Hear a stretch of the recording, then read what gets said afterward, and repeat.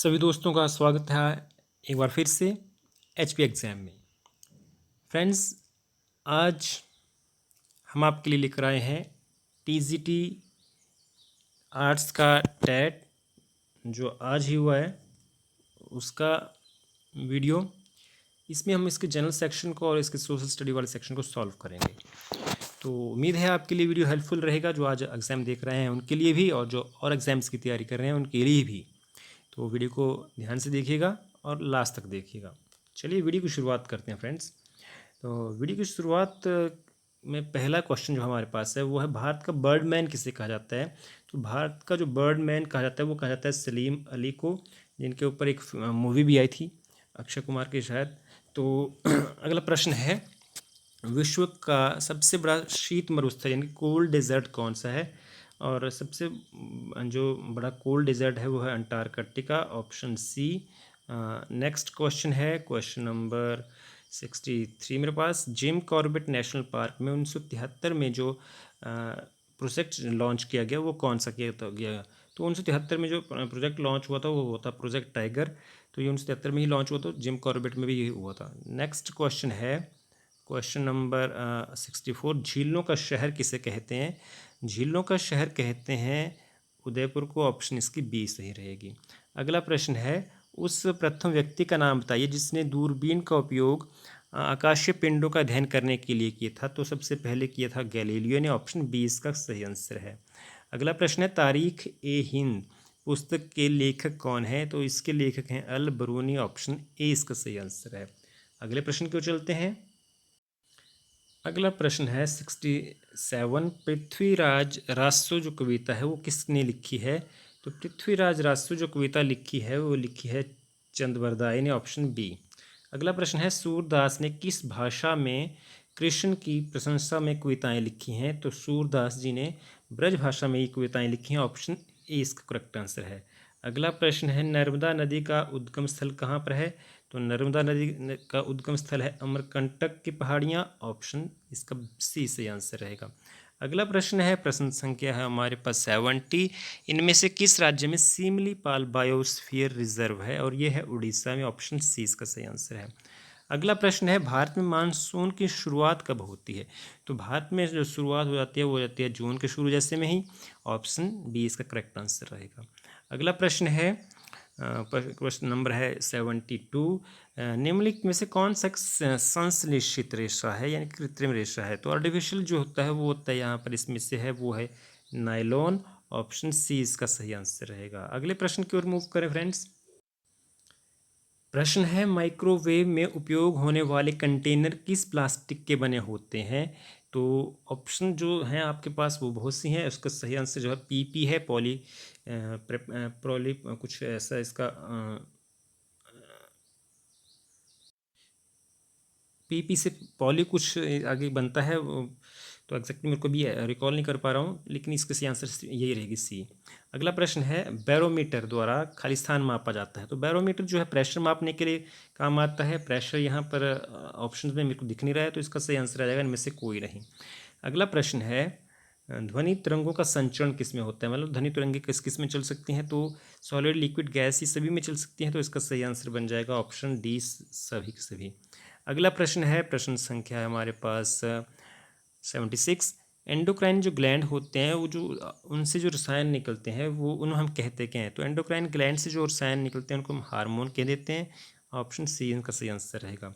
अगला प्रश्न है 77, शिमला भारत की ग्रीष्मकालीन राजधानी कब बनी थी। तो 1864 में बनी थी ये, ऑप्शन बी करेक्ट आंसर है। अगला प्रश्न है, 1948 में ओलंपिक के जो विजेता थे हॉकी में उस टीम के कैप्टन कौन थे। तो कैप्टन जो थे वो किशन लाल थे, हालांकि उसमें ध्यानचंद भी थे लेकिन कैप्टन किशन लाल थे। अगले क्वेश्चन की ओर चलें। आंध्र प्रदेश की नई राजधानी का नाम क्या है। तो आंध्र प्रदेश की नई राजधानी जो है वो अमरावती है। अगला प्रश्न है, 45th G7 सम्मेलन जो है वो 2019 का आयोजन किस देश में हुआ। तो देखिए फ्रेंड्स, ये एक ट्रिक क्वेश्चन था क्योंकि अभी हाल ही में G20 का आयोजन हुआ था, लेकिन आपने ध्यान रखना है G29 मतलब 2019 की बात कर रहे हैं, तो ये 2019 में फ्रांस में हुआ था, ऑप्शन ए इसका करेक्ट आंसर रहेगा। अगला प्रश्न है, एक स्थलीय भाग जो तीनों ओर से समुद्र से घिरा हो, तो तीनों ओर से समुद्र से घिरा हो, एक और स्थल हो तो उसको हम कह देते हैं प्रायद्वीप, पेनिनसुला। अगला प्रश्न है, क्षुद्र ग्रह किन कक्षाओं के बीच पाए जाते हैं? तो क्षुद्र ग्रह जो होते हैं मंगल और बृहस्पति के कक्षाओं के बीच पाए जाते हैं। ऑप्शन बी इसका करेक्ट आंसर रहेगा। अगला प्रश्न है, उत्तरी अमेरिका और दक्षिणी अमेरिका से कैसे जुड़े हैं? तो ये एक स्थल संधि से जुड़े हैं। ऑप्शन ए इसका करेक्ट आंसर है, एनिस्थमस। अगला प्रश्न है, सह्याद्री पर्वत को हम किस और नाम से जानते हैं? सह्याद्री पर्वत को हम वेस्टर्न घाट्स के नाम से भी जानते हैं, तो इसका करेक्ट आंसर रहेगा ऑप्शन बी। अगले प्रश्न है, निम्न में से किस उद्योग में बॉक्साइट जो है कच्चे माल के रूप में उपयोग होता है? तो बॉक्साइट एल्यूमिनियम का एक अयस्क है, तो नेचुरल सा है, उसका ही आंसर आएगा ऑप्शन ए। अगला प्रश्न है, कौन सा राजा वीणा बजाता था? तो जो वीणा बजाता था वो था समुद्रगुप्त, ऑप्शन ए। अगला प्रश्न है, मुसलीपट्टनम में किला किसने बनवाया? फोर्ट जो है मुसलीपट्टनम में बनवाया था डच्चों ने, ऑप्शन बी इसका करेक्ट आंसर है।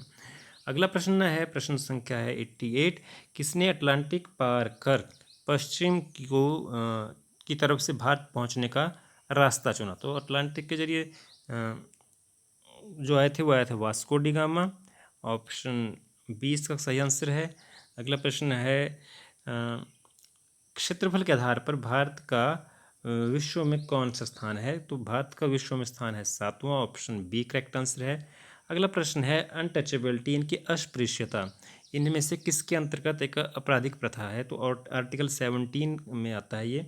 अगला प्रश्न की ओर अगर हम चलें, प्रश्न संख्या है, प्रथम लोकसभा के अध्यक्ष कौन थे? तो जो फर्स्ट स्पीकर थे वो थे GB Mavalankar ji, option B इसका करेक्ट आंसर है। अगला प्रश्न है, right to constitutional remedies comes under? तो राइट टू कॉन्स्टिट्यूशनल रेमेडीज जो है फंडामेंटल राइट्स हैं, ऑप्शन ए इसका करेक्ट आंसर रहेगा। अगला प्रश्न है, when was supreme court established in India? तो सुप्रीम कोर्ट जो है, हालांकि सुप्रीम कोर्ट है 1773 में एस्टेब्लिश हो चुका था, लेकिन 26 जनवरी 1950 को ये प्रॉपरली बना था यहाँ पर। तो अगला प्रश्न है उसके बाद, सरकारी आयोग किससे संबंधित है? सरकारी आयोग जो है सेंट्रल स्टेट रिलेशन के लिए संबंधित था, तो ऑप्शन सी इसका सही आंसर है। अगला प्रश्न है, राज्यसभा का कार्यकाल कितना होता है? तो राज्यसभा का कार्यकाल देखिए, आपको पता है एक परमानेंट हाउस है राज्यसभा, तो कार्यकाल जो है स्थायी रूप से रहता है, ये परमानेंट हाउस है। हालांकि राज्यसभा के मेंबर्स का कार्यकाल होता है 6 साल का। अगला प्रश्न है, दलाल स्ट्रीट कहाँ स्थित है? दलाल स्ट्रीट स्थित है मुंबई में, ऑप्शन डी। अगला प्रश्न की ओर चलिए, पंचायती राज खालिस्तान प्रणाली है, तो पंचायती राज जो है 3 टायर सिस्टम है, त्रिस्तरीय प्रणाली है। अगला प्रश्न है, 1969 में कितने बैंकों का नेशनलाइजेशन किया गया था? तो 1969 में 14 बैंकों का नेशनलाइजेशन किया गया था। अगला प्रश्न है, अंतर्राष्ट्रीय महिला दिवस कब मनाया जाता है? तो 8 मार्च को मनाया जाता है, ऑप्शन बी। अगला प्रश्न है, प्रश्न संख्या है हमारे पास 100, और प्रश्न है, सबसे पुराना वेद कौन सा है? सबसे पुराना वेद ऋग्वेद है। और अगला प्रश्न है, ईस्ट इंडिया कंपनी ने भारत में किस स्थान पर अपनी पहली फैक्ट्री स्थापित की थी? सूरत में की थी, ऑप्शन सी सही आंसर रहेगा। आर्य समाज की स्थापना किसने की? अगला प्रश्न, तो इसकी स्थापना की स्वामी दयानंद सरस्वती जी ने। अगला प्रश्न है, प्रश्न संख्या आती है, प्रश्न है हमारे पास 103, अमीर खुसरो को सामान्यतः किस वाद्य यंत्र के लिए श्रेय दिया जाता है? तो अमीर खुसरो जो है, उन्होंने सितार की जो है इन्वेंशन की थी, आप समझें, तो इसका सही आंसर रहेगा सितार, ऑप्शन सी इसका सही आंसर रहेगा। प्रश्न संख्या 104 है, विश्व में सबसे कम न्यूनतम वर्षा किस मरुस्थल में दर्ज की जाती है? तो एटाकामा जो मरुस्थल है इसको हम ड्राइएस्ट डेजर्ट बोलते हैं, तो इसका सही आंसर ये रहेगा। अगला प्रश्न है, जमीन से ऊपर ओजोन परत की लगभग ऊंचाई कितनी है? तो 40 से 60 किलोमीटर जो है, ये इसका सही आंसर है, ऑप्शन ए करेक्ट आंसर रहेगा। अगला प्रश्न जो है, प्रश्न संख्या है मेरिनो जो है क्या है? ये मेरिनो जो भेड़ों की प्रजाति है, तो इसका सही आंसर डी रहेगा। नेक्स्ट क्वेश्चन है, देशांतर जो होते हैं हमारे पास लॉन्गिट्यूड, उनकी जो है टोटल संख्या कितनी है? तो उनका सही आंसर है 360 आंसर है। अगला प्रश्न है, सलाल प्रोजेक्ट जो है किस नदी पर स्थित है? तो सलाल प्रोजेक्ट जम्मू कश्मीर में है और चिनाब नदी में है, ऑप्शन ए इसका सही आंसर है। अगला प्रश्न क्यों चलिए, निम्न में से कौन सी खरीफ फसल नहीं है? खरीफ फसल निम्न में से कौन सी नहीं है? तो अगर हम देखेंगे तो इसमें गेहूँ जो है रबी क्रॉप है, बाकी सारी खरीफ की फसलें हैं।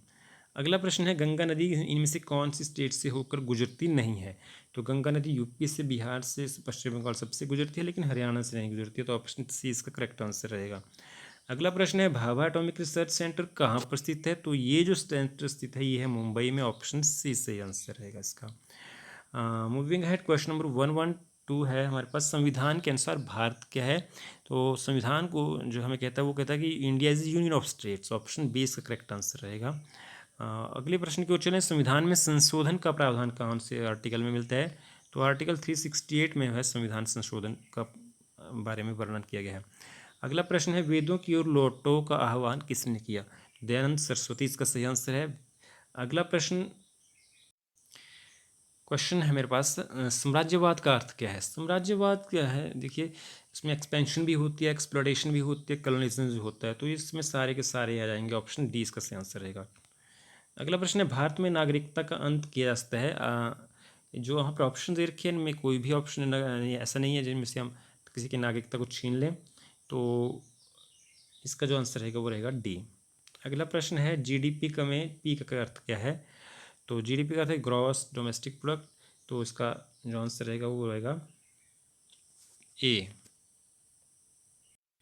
अगला प्रश्न है ब्लैक पैगोडा स्थित है? ब्लैक पैगोडा स्थित है कोणार्क में, जो सन टेम्पल है, सूर्य मंदिर है वहाँ पर, इसी को बोलते हैं भगवान। अगला प्रश्न है भगवान बुद्ध की मृत्यु कहाँ हुई थी? तो भगवान बुद्ध की मृत्यु हुई थी कुशीनगर में। ऑप्शन इसका रहेगा बी। अगला प्रश्न है भारत में स्वर्ण सिक्के जारी करने वाले पहले राजा कौन थे? तो पहले राजा जो स्वर्ण सिक्के जिन्होंने जारी की थी वो थे इंडो ग्रीक। Option A. अब आते हैं हम जनरल अवेयरनेस सेक्शन में। मेरे पास जो है हाल ही में लद्दाख में प्रथम लेफ्टिनेंट गवर्नर किसे नियुक्त किया गया है? तो लद्दाख के जो फर्स्ट लेफ्टिनेंट गवर्नर हैं वो हैं इसमें आर के माथुर। Option second B.